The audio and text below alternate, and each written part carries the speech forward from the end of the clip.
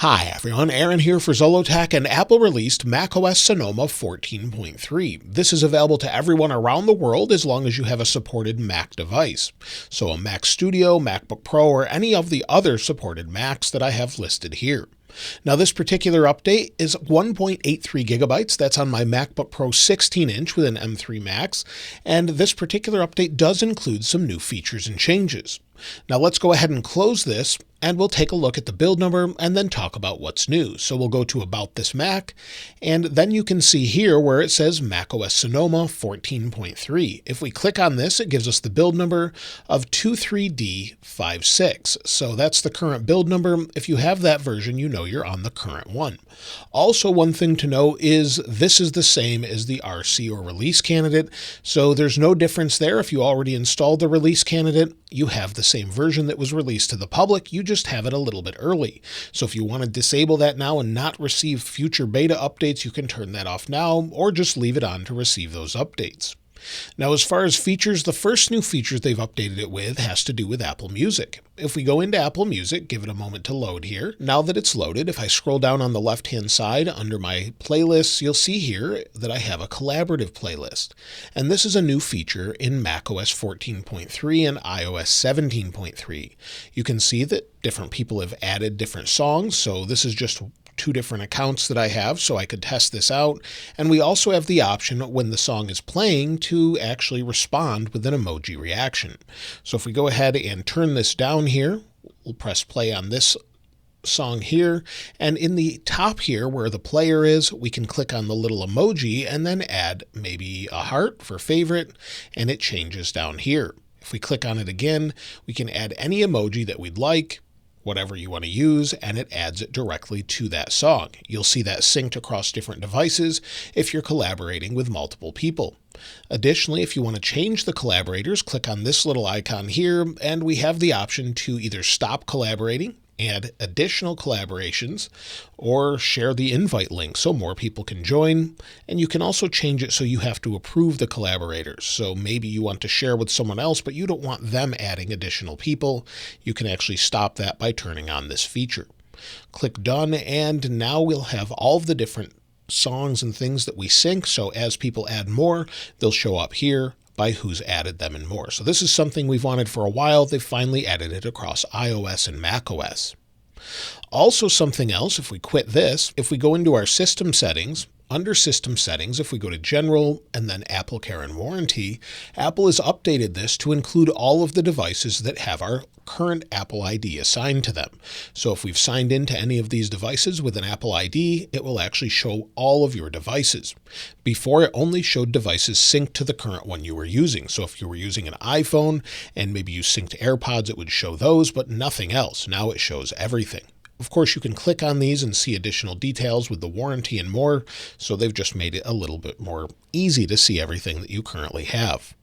One thing they haven't added that they added to iOS 17.3 is stolen device protection. They haven't added this to macOS or iPadOS just yet. Hopefully they'll add it in the future. Also, they still haven't brought across the Journal app, which is something I'd love to see, and that's something we actually have been waiting for. I would love to see that on iPad and, of course, Mac as well. Now, as far as bug fixes, Apple has not said a single thing about bug fixes. In fact, if we go back to the overall update page, it just tells us the features I went over and then says that some features may not be available in all regions.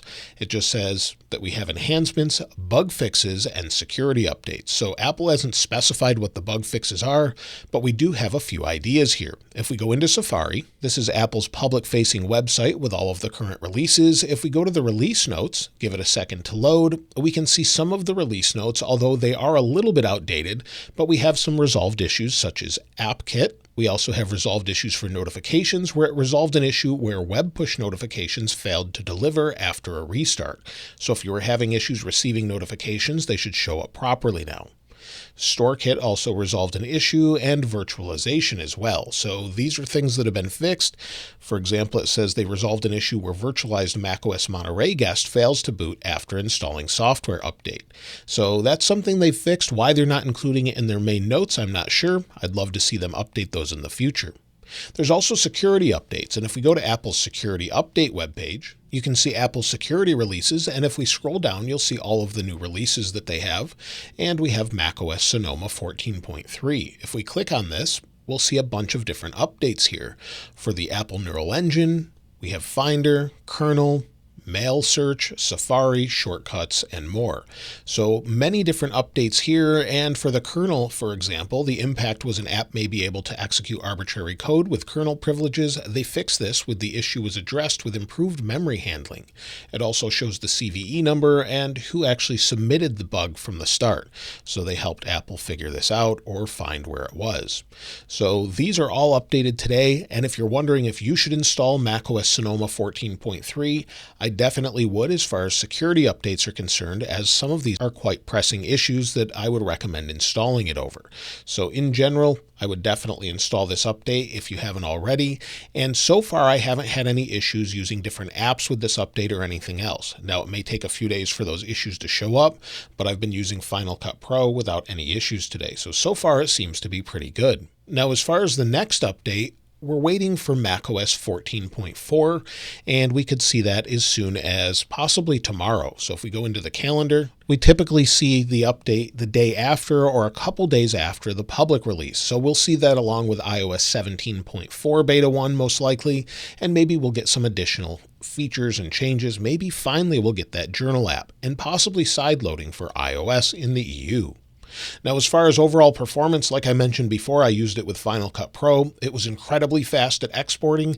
So fast, I really haven't noticed a difference. It seems to perform as you would expect. Of course, this is an M3 Max, so I didn't notice any difference there.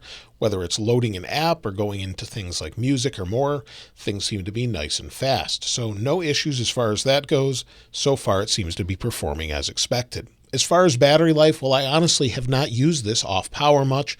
When I was using it with macOS 14.3, I had no issues at CES using it. I was able to edit video on it on battery, and it has incredible battery life. But if we take a look at the battery health, I haven't checked it on this device, so let's go ahead and take a look here, and you'll see it says battery health normal. I really wish Apple would update iOS to just show normal and then have the little information option if you want to see more about it. But I'm currently at 100%, and this hasn't been cycled very much, but we can take a look at that as well. Under power, you'll see that we have 8 cycles, so that makes sense. I haven't cycled it very much. It's typically plugged into a studio display, so it really isn't cycling often.